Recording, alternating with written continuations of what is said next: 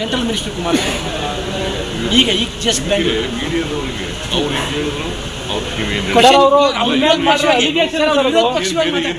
ವಿರೋಧ ಪಕ್ಷವಾಗಿ ಮಾತಾಡ್ತಾ ಇದಾರಲ್ಲ ಸರ್, ವಿರೋಧ ಪಕ್ಷವಾಗಿ ಅವ್ರ ಹತ್ರ ಸ್ಟೇಟ್ಮೆಂಟ್ ಹೇಳಿದ್ರೆ ಇಲ್ಲಿ ವಿರೋಧ ಪಕ್ಷದವರಿದ್ರೆ ಅವ್ರಿಗೆಲ್ಲ ಹೇಳೋದಕ್ಕೆಲ್ಲ ಉತ್ತರ ಕೊಡಬೇಕು ಅಂತ ಏನೂ ಇಲ್ಲ.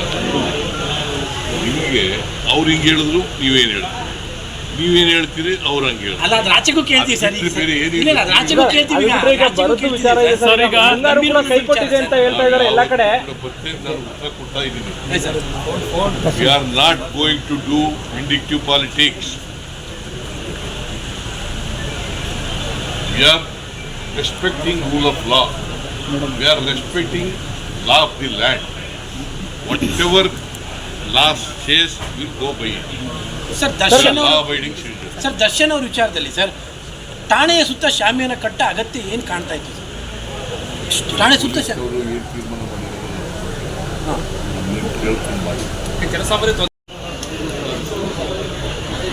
ದೇವೇಗೌಡರು ಫ್ಯಾಮಿಲಿಯನ್ನ ಮುಗಿಸೋ ಪ್ರಯತ್ನವನ್ನು ಮಾಡಿದ್ರು, ಅದರ ಸಕ್ಸಸ್ ಆಗಲಿಲ್ಲ ಕಾಂಗ್ರೆಸ್. ಈಗ ಯಡಿಯೂರಪ್ಪನವರು ಶುರು ಮಾಡಿ ಬಂಧಿಸಬಾರ್ದು, ಅವ್ರ ವಿಚಾರಣೆಗೆ ಬರಲಿ ಹಾಜರಾಗಿ.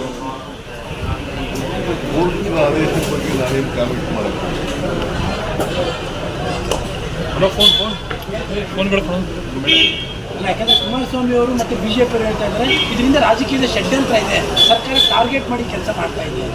ಯಡಿಯೂರಪ್ಪನವರು ನಿಂತಿದ್ದಾರೆ, ಕೇಸ್ ವಿಚಾರ ಮಾಡ್ತಾರೆ.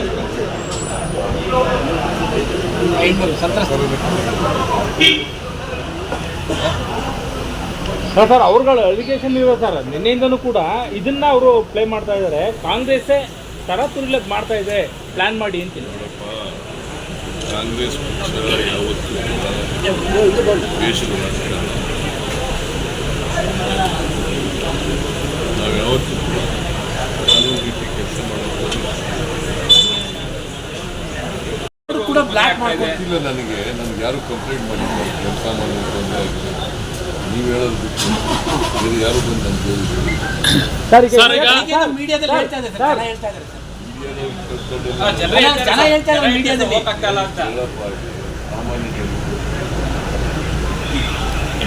ಸಾಮಾನ್ಯ ಜನ ಏನು ಹೇಳ್ತಾರೆ. ಇದೇ ಪ್ರಕರಣದಲ್ಲಿ ಸಾಕಷ್ಟು ಜನ ತಮ್ಮ ಹತ್ರ ಬಂದಿದ್ರು, ದರ್ಶನ್ ಅವ್ರ ಪರವಾಗಿ ಲಾಬಿ ಮಾಡ್ಲಿಕ್ಕೆ ಪ್ರಭಾವಿಗಳು ಯಾರು ಬಂದಿಲ್ಲ. ಸುದ್ದಿ ಆಗಿತ್ತು ಅಂತ ಆ ಥರದ ಸುದ್ದಿ ಹೊರಗಡೆ ಬಂದಿತ್ತು.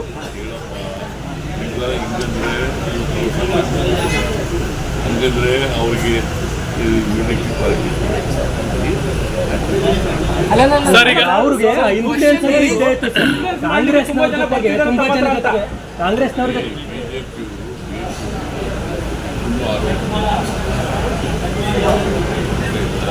ನಾವು ಈ ನೆಲದ ಕಾನೂನಿನ ಸರಿ ಕಾನೂನು ಬಿಟ್ಟು ಅದು ಸೆಂಟ್ರಲ್ ಮಿನಿಸ್ಟರ್ ದೇಶದ ರಾಜಕಾರಣ ಸೆಂಟ್ರಲ್ ಮಿನಿಸ್ಟರ್ ಶೋಭಾ ಕರಂದ್ಲಾಜೆ ಹೇಳ್ತಾ ಇರೋದು ಏನಂದ್ರೆ, ಮೈಸೂರು ಲೋಕಸಭಾ ಚುನಾವಣೆ ಬಹಳ ನಿರೀಕ್ಷೆಯನ್ನು ಇಟ್ಕೊಂಡಿದ್ರಿ. ಯಾಕಂದ್ರೆ ಬಹಳ ದಿನಾದ ನಂತರ ಬಂದಿರೋದನ್ನ ಕೇಳ್ತಾ ಇದ್ದೀವಿ. ದೊಡ್ಡ ಮಟ್ಟದಲ್ಲಿ ಹಿನ್ನಡೆ ಆಗಿದೆ. ಅಲ್ಲ 1.5 ಲಕ್ಷ, ಅಲ್ಲ 1.5 ಲಕ್ಷ ಮೈಸೂರು ಸರ್. ನಾನು ಕೇಳ್ತಿದ್ದು ಮೈಸೂರು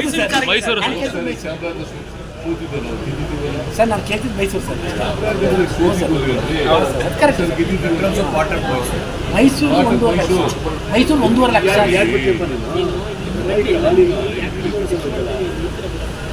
ನಿರೀಕ್ಷೆ ರೀತಿ ಬಂದಿಲ್ಲ ಸೀಟ್. ಮೈಸೂರು ಸೋತಿರೋದು ಸತ್ಯ, ಚಾಮರಾಜ ಗೆದ್ದಿರೋದು ಸತ್ಯ. ಚಾಮರಾಜ ಗೆದ್ದಿರೋದು ಹಾಗೆಯೇ 1 ಸೀಟ್ 9 ಸೀಟ್. ಆಮೇಲೆ ವೋಟ್ ಪರ್ಸೆಂಟೇಜ್ ಇದೆಯಲ್ಲ, ನಾವು 13% ಹೆಚ್ಚಾಗಿದೆ ಕಳೆದ ಬಾರಿ. ಅದರಿಂದ ಅದಂತೇಳಿ ನಾವು ಬೆಂತಕ್ಕೆ ಹೋಗ್ತೇವೆ. ಪರ್ಫಾರ್ಮೆನ್ಸ್ ನಮ್ಮ ನಿರೀಕ್ಷೆ ರೀತಿಯಲ್ಲೂ ಆಗಿಲ್ಲ. ಕಾರಣ ಆಯಿತು ಅಂತ ಏನು ಕಾರಣ ಆಯಿತು ಅಂತ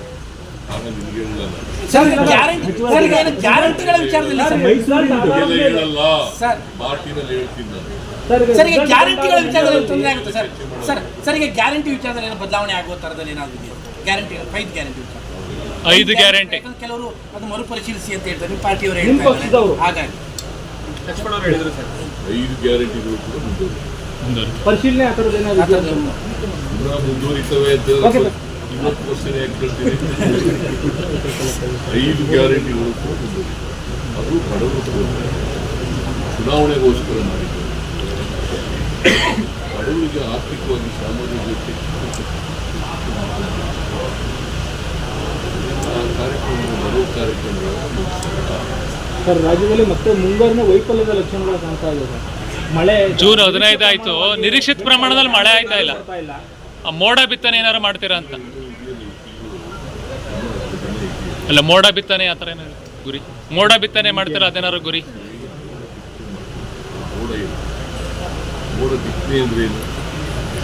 ಮೋಡ ಇದ್ರಲ್ಲೂ ಬಿತ್ತನೆ ಅದೇ ಆ ಥರ ಏನಾರು ಉದ್ದೇಶ ಇದೆಯಾ ಅಂತ? ಮಾಡ್ತಾರೆ. ಮೋಡ ಬಿತ್ತನೆ ಅಂತಂದ್ರೆ ಮೋಡ ಇದ್ದು ಬಿತ್ತನೆ, ಮೋಡನೇ ಇದ್ದು ಬಿತ್ತನೆ ಏನು ಮಾಡ್ತಾರೆ ನೋಡೋಣ. ಅದನ್ನು ಟೆಕ್ನಿಕಲ್ ಪರ್ಸನ್ಸ್ ಅಂತ ಕೇಳಿದ್ರು. I am not an expert. Sir, 7ನೇ ವೇತನ ಆಯೋಗದ ಬಗ್ಗೆ ಭಾಳ ನಿರೀಕ್ಷೆಯಲ್ಲಿದ್ದಾರೆ ಸರ್ಕಾರಿ ನೌಕರರು.